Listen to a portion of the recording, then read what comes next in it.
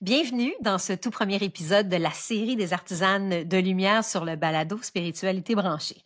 Aujourd'hui, c'est un épisode un peu particulier parce que c'est moi, Nathalie, qui est au micro comme animatrice, mais aussi comme invitée, dans le sens que j'avais envie de vous raconter comment est née l'idée de parler des artisanes de lumière, pourquoi j'ai eu envie de créer cet espace-là et de vous parler un peu de comment je suis arrivée ici aussi. Spiritualité branchée, le balado où chaque épisode est une invitation à nourrir votre lumière, honorer votre feu sacré et célébrer l'audace de choisir ce qui vous fait vibrer. Je suis Nathalie Nadeau, chamane urbaine pour ceux et celles qui ne me connaissent pas. J'accompagne des femmes, parfois des hommes, à se reconnecter à leur essence, à se choisir vraiment, à reprendre contact avec cette vibration vivante qui nous relie au grand tout. Et mon approche est intuitive, vibratoire, ancrée dans notre réalité d'aujourd'hui.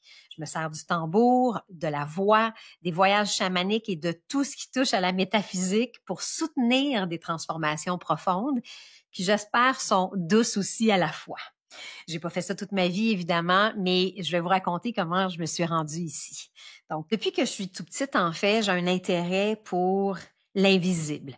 Je pense que j'ai toujours aimé ce qui touchait à la sorcellerie, aux potions magiques, au abracadabra de ce monde. Ça m'attirait beaucoup. Et j'ai commencé, en fait, à tirer au tarot un peu plus tard dans ma vie, j'ai envie de dire dans la jeune vingtaine, mais dans les soirées de filles, souvent avec un petit verre de vin, c'était comme un peu mon bouclier pour me sentir peut-être en confiance de tirer aux cartes. Puis je me disais tout le temps, peut-être que je ferai ça un jour à ma retraite. C'est-à-dire que j'ai commencé dans la vingtaine à m'intéresser à tout ce qui était en lien avec la croissance personnelle d'une part, mais aussi ce qui avait un aspect ou ce qui touchait à un aspect qui était un petit peu plus ésotérique, pour moi, ça venait chercher quelque chose de très profond à l'intérieur de moi. Et je suis allée faire toutes sortes de formations. Je suis allée faire toutes sortes de week-ends, justement pour m'imprégner de ça parce que je me sentais bien dans cet univers-là. Et toujours, je me disais, peut-être qu'un jour, à ma retraite, je pourrais avoir soit un espace de bien-être. Je voyais ça comme peut-être un centre de mieux-être où on aurait pu marier l'art, la créativité et le mieux-être. Entre-temps, j'ai travaillé pendant 25 ans en publicité.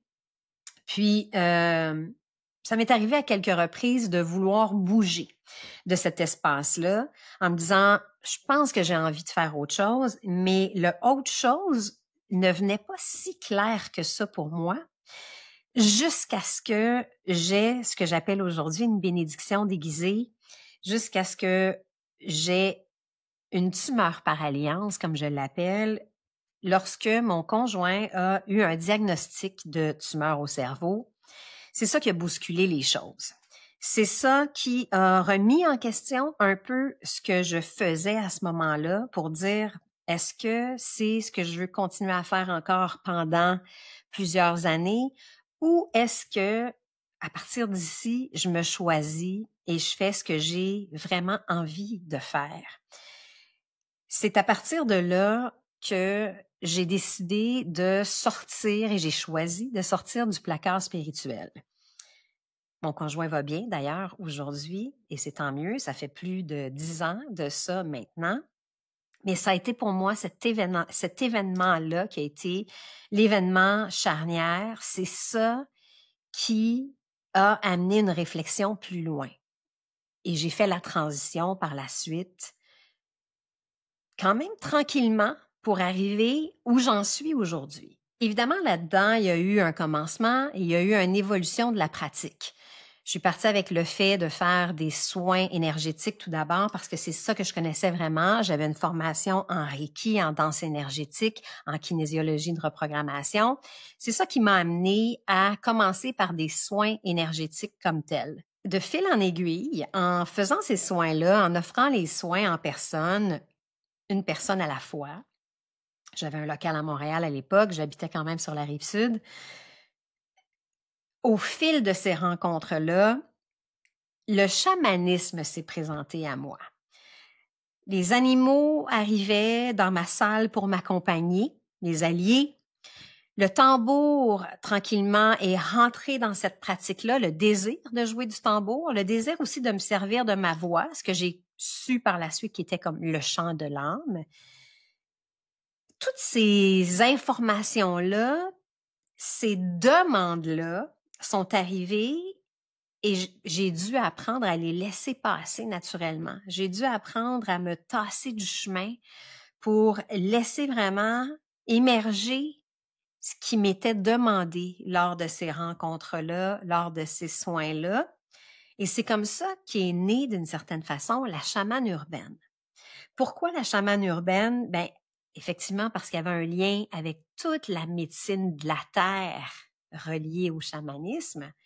Le côté urbain, pour moi, représentait pas juste le fait de vivre en ville ou en banlieue, mais plutôt le fait de pouvoir dire ça s'intègre dans notre réalité d'aujourd'hui. Et pour moi, ça, c'est important.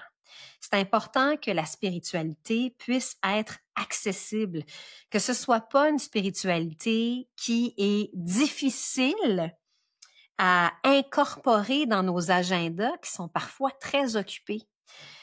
Donc, de là est partie cette idée-là pour venir amalgamer les deux expressions. Donc, l'idée qui est née de ça, de la chamane urbaine, c'était aussi une idée de dire on vient incarner une spiritualité qui est ici, qui est dans nos vies modernes, dans nos réalités quotidiennes, en fait. Pour moi, la spiritualité, c'est pas quelque chose qu'on fait juste quand on a le temps ou quand on part en retraite pendant une semaine. C'est vraiment une façon d'être, c'est quelque chose qui se vit au quotidien, ça devient un mode de vie, en fait. Mais ça n'a pas besoin d'être quelque chose qui prend toute la place, qui est hyper rigoureux ou contraignant. Ça irait à l'encontre de mes valeurs de toute façon. Mais c'est une pratique spirituelle, à mon sens, qui doit être vivante et changeante. Faire le choix d'avoir une pratique quotidienne, c'est important, mais la forme peut changer constamment. Ça peut être de la méditation, des écritures, des cartes oracles, de la marche contemplative, etc. Ce que je trouve qui est important, c'est l'espace qu'on y donne, mais la forme peut changer. Il y a toutes sortes de façons d'aller se reconnecter à soi, mais l'important pour moi, c'est de prendre ce temps-là, ce moment-là, de se reconnecter à soi. La transition pour moi de partir du monde publicitaire à devenir artisane de lumière, par exemple, c'est fait de façon quand même peut-être drastique pour certains, mais de façon progressive aussi. Dans le sens que oui, j'ai quitté mon emploi, mais j'ai continué à faire des mandats, des contrats pendant un certain temps.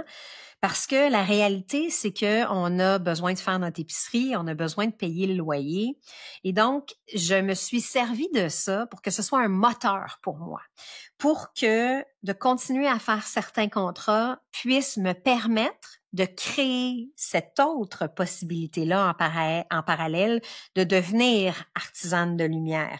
Donc, ça a été évolutif dans le temps. J'ai commencé à faire des rencontres et des soins en 2015 pour éventuellement bouger tranquillement à faire des trucs en ligne, des rituels de pleine lune en ligne qui étaient une fois par mois à ce moment-là, seulement un par mois, une fois par mois, peut-être pendant un an, pour ensuite cesser complètement de faire des rencontres individuelles et tout transporter vers ce qui est aujourd'hui le cercle, vers tout ce qui est en ligne maintenant avec 3 événements minimum par mois aujourd'hui. Donc, on a les soins à distance, on a les voyages chamaniques, on a les méditations, et il y a aussi des sessions de guidance. Tout ça est devenu en ligne parce que pour moi, je trouvais que c'est important de pouvoir faire en sorte d'aller rejoindre le plus de gens possible, de pouvoir rendre ça disponible pour qu'on puisse faire une différence à grande échelle sur cette planète. Évidemment, plus on a de gens éveillés sur cette planète, mieux cette planète va se porter. C'est comme ça que tout a commencé. Tout au long de ce processus-là, je me suis énormément fiée à mon intuition ou ma petite voix. Et moi, je crois profondément qu'il y a des idées qui nous sont envoyées et ces idées-là qu'on reçoit. Que ce soit par flash, que ce soit justement dans une méditation, que ce soit « Ah, tiens, il y a quelque chose, je viens d'avoir une intuition » ou peu importe. Je suis persuadée que ces idées-là doivent être mises en branle, que l'univers choisit, pouf, de l'implanter sur quelqu'un ou à quelqu'un ou vers quelqu'un.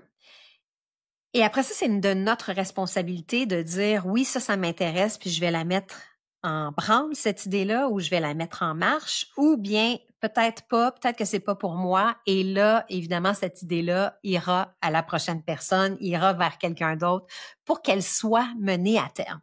J'ai envie de dire que c'est un peu comme ça que ça s'est passé avec le balado des artisanes de lumière. Ça fait longtemps que je sens et que j'ai envie de faire quelque chose avec les artisanes de lumière. J'ai même créé des groupes d'artisanes de lumière pour qu'on puisse se supporter là-dedans, que je puisse aussi parler de mon expérience à moi, essayer de transmettre des informations, transmettre un peu mon parcours, parce qu'évidemment, quand on est de l'extérieur, on a peut-être l'impression que c'est trop compliqué ou peut-être qu'on a l'impression que c'est facile.